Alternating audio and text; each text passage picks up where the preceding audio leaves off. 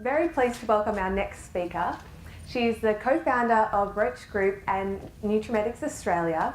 She's a DSA, she's the first DSA female life member, the first DSA female chairperson, and today she'll be discussing how she climbed the corporate ladder and became an inspiration to so many, and providing us with some advice for the next generation as well. So please welcome Imelda Roche. Well, I have to tell you that direct selling is very much part of my very being. Even though I've been officially retired since 1997, I have never retired in my heart.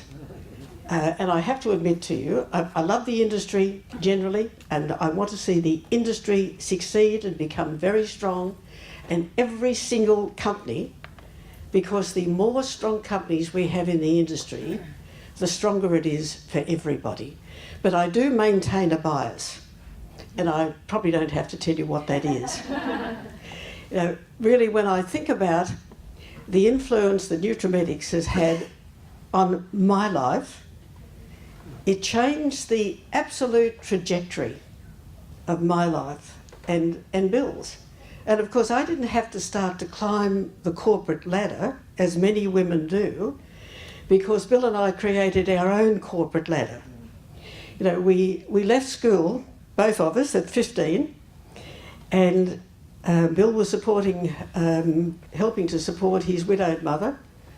I was one of 6 children, and my father was never a good provider. He had many other qualities, but never brought enough dollars home. And my mother was very responsible for making sure that everything ran smoothly in our family.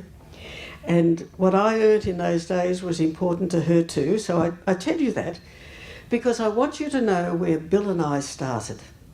And we didn't start as corporate employees. You know, we basically elected to take on establishing Nutrimetics in Australia, and we were paid a percentage of what we created. So basically we started like all the guys who start within your organisations, never had a guaranteed salary.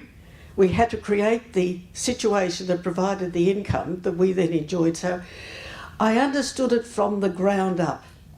And of course, the very first parties that we ever did in Australia, I just inherently knew, standing in front of people and telling them how to do things, if you're anything like me, sometimes, you know, the words go in one ear and out the other. You know, I'm a sort of a do and watch and see, and, you know, I've got to do. So I adopted the principle, let me show you how. So I would take the first consultants to do their first shows, and I did that in almost every country that we established in that I could speak the language. And I remember particularly doing it in Singapore at the High Commissioner's residence in Singapore. That's where we had our very first Nutrimetics show, because I took the first consultants there to say, let me show you how. This industry can make such a change in so many lives. Now, it is a catalyst for real life-changing experiences. And it gives you the opportunity to encourage and bring out the best in the people you invite to join you in your business. And of course, I always make the comment that people worked with Bill and I, never for us, because they came to work for themselves. And we were so happy that they chose to work with us. And that was my attitude with everybody that I worked with. I was working with them. So we are a team. And that's how Nutrimetics was built. I looked at the 2 icon companies that were established in Australia at the time that we started in 1968 with Nutrimetics. And those 2 icon companies, Avon and Tupperware, were really my inspiration, because those companies were revered and never a hint of criticism in any market in which they operated. Now, I couldn't say that for every other company that started in the industry back in the 60s. You know, there were a few cowboys around in those days, but those 2 always always were revered and were always regarded very highly by legislators in every country. And I'm very sad that Avon is no longer with us. Very sad, because I think it has been really a hallmark company in so many ways. But each one of us has an opportunity to be able to build that reputation, because we are now basically a broad extension of retailing, always have been. But of course, traditional retailers really didn't like our presence, because we were, taking some of the customers they felt should be going into their stores. Well, of course, that is diminishing today. And of course, we have the competition of everything else that's on the internet today. One of the things that really, I suppose, energises me when I think about where Bills and my company, and I still think about it as Bills and my company, we started from day one with 5 consultants. I think about them moving with the times. And you basically do have to think about, your present and your future. You have to be conscious of your past and be very conscious of your corporate history. But really, you've got to think forward for the future. And I, heard you talking about who was, I think you identified as a Gen Xer, and we're talking about the millennials. Having been born in 1934, I don't know what gen I am. But, however, I think about the industry has to move forward and think about how we are going to accommodate the millennials and whoever comes beyond. One of the reasons why Avon is no longer with us, because they did not make those changes. And it is really, really important. Even if we have to run 2 streams within a business, because there are some of the Nutrimetics gals who want to keep operating the way they did in 1970 and 1980. They're comfortable. They don't want to move out of their comfort zone. They know what they're doing. They've built wonderful teams. That's marvellous. But they're not attracting the millennials, and the company has to. Now, I share that with you because it's an obvious thing with, for each one of you, because within the next couple of decades, there will be other things that you will probably need to think about and adapt to and accommodate. Change is very difficult for most human beings. You get set in your ways, and it's very hard if you really learnt something really solidly and then to have it changed on you, it's difficult. So I think we have to always keep that open-minded feeling. Gillian talked about the soft skills, and she is absolutely spot on.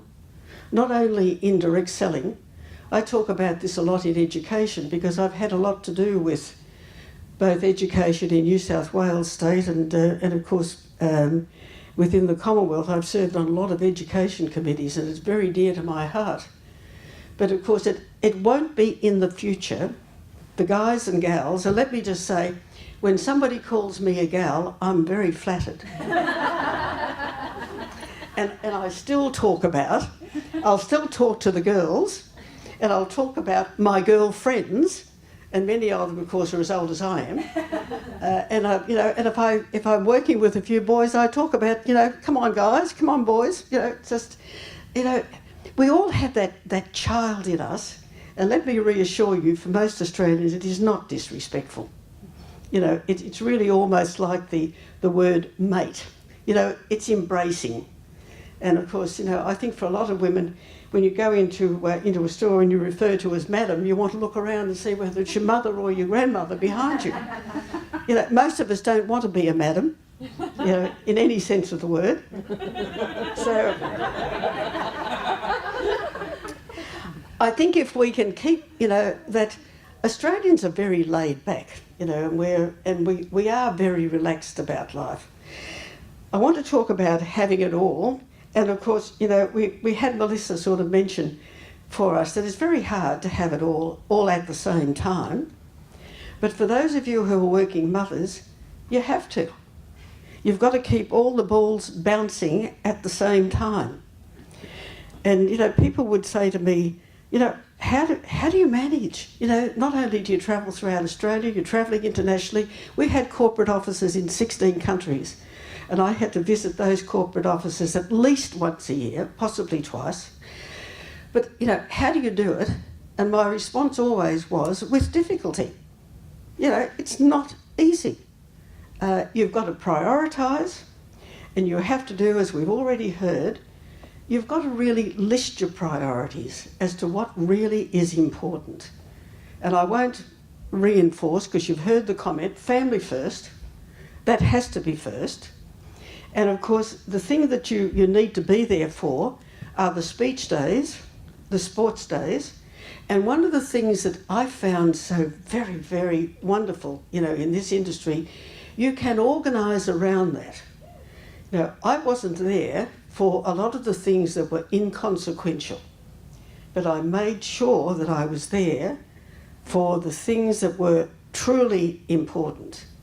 And of course, I also made sure that I employed as much help as I could possibly afford. And I will recommend that to each one of you, because it is impossible to continue to be a superwoman. None of us are, and you can't be. So girls, spread the wealth. You know, pay somebody else to do the things that are really not important. You see, it doesn't matter who really washes the kitchen floor or cleans the oven or even folds the socks. It only becomes important if you ask your kids and your husband to do it. But, you know, if you pay somebody else to do it, you know, it makes your life easier. I was very fortunate in the very early days of starting Nutrimedics. My mother filled in for me with my children when I was travelling. She was absolutely marvellous. I would never have been able to accomplish what Bill and I were able to accomplish together without my mother. But I always made sure, because at her age, she'd raised 6 children, that I made sure that I had paid help. All I needed her for was to be the presence in the home, to make sure the children were out of bed in the morning, they had their breakfast, off to school on time.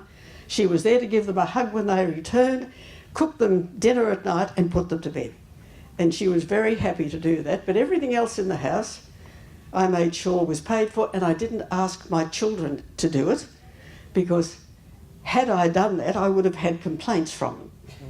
So I took the view that, you know, I spread the wealth and really had as much help as I could possibly need. Now, if you're not earning enough, girls, work a little bit harder and work a few more hours, but make sure that you are earning enough to be able to afford those comforts in life.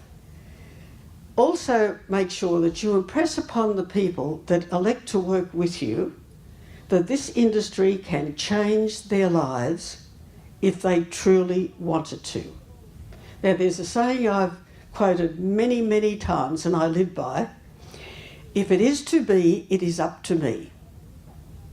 And, you know, I want each of you to embed that in your own minds, because nobody else is going to create your life experience in the complete form that you want them to be. Nobody else will do that for you. Everybody else makes up a part of your existence, a part of your life. But your life rests with you.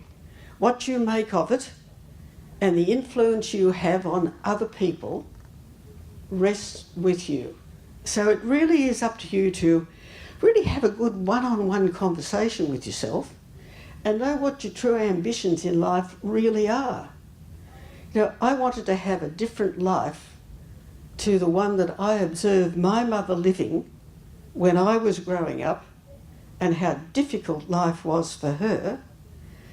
And having left school with my intermediate certificate, I was imbued, I think from my grandmother, with a confidence that I could do almost anything I set my mind to. I was never shy to put my hand up. Now, some of you may know that I've become Chancellor of a university with my intermediate certificate. And I used to take great joy in telling parents who are bringing their children to that university that this institution is sophisticated enough to have somebody as their Chancellor who has an intermediate certificate. And of course, as you know, I went on to become the chairman of the World Federation of Direct Selling. So I had an opportunity to observe what the industry does in many other countries. And of course I observe what a difference it has made in so many lives. And I suppose that's what gives me the most satisfaction, and Bill exactly the same, that if I can put it into a single sentence, we've had a beneficial influence on the lives of hundreds, perhaps thousands of people. And that opportunity is available to every one of you. Everybody who comes into your companies and is part of your organisation, you have that opportunity to be that same influence. And I want you to remember that, you know, Bill and I started like the consultants in every one of your companies. We started and created a business and earned a percentage on it. Didn't have a guaranteed salary. We built a business. And everybody who comes into your businesses has that opportunity, because we are a multitude of mini businesses within a business. Now, I would often quote the comment that every major success in Nutrimetics was made up of a multitude of small successes. You've just got to have, you know, that number of small successes. And when you have rising stars in your business, make sure that they have a continuing eye on the things that are really important. Never lose sight of your first level influence. I've seen people in the Nutrimetics business that built a one-legged chain. They happened to get somebody brilliant in their second line who went on to do all sorts of marvellous things, elevated out, and they were left high and dry. So it is really very important that you keep building, and you impress this upon your leaders in the field. You keep building at that first line, because then you have a multitude of people to keep promoting out. And of course you're never fearful about, you know, having that solid base within your own organisation, so that you don't sit back and rely on other people to do it for you. You keep working with them, and you keep bringing in and providing the opportunity. That's what sponsoring and recruiting, it's all about. Just bringing in people to share the opportunities that you are enjoying and your people are enjoying, and there could be a multitude of other people enjoying them. And as strong as we make the companies within the industry, the more invincible we become. When you're an isolated company, you can be picked off easily by legislators. When you've got the strength of an industry such as we have, that's when it becomes really important. You know, you have an important role to play, and it's already been mentioned. You're role models in every phase of your life. You're role models to your children, you're role models to everybody around you without you even recognising it. You know, we learn more by observation than we do in any other way, because we absorb. You look at little babies.